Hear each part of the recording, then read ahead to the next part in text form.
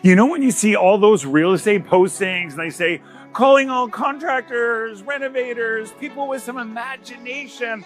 Well, that's this place. But you know what? The potential's here. You've got the clay.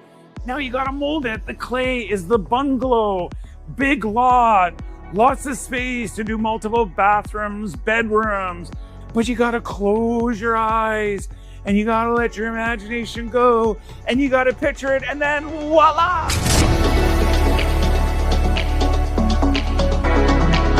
You've got this great backyard in this really nice big lot, mature trees that you're not going to find in new construction. We're so close to everything. The highways, community centers, great schools, shopping. And you know what? Close your eyes and you've got an in-ground pool.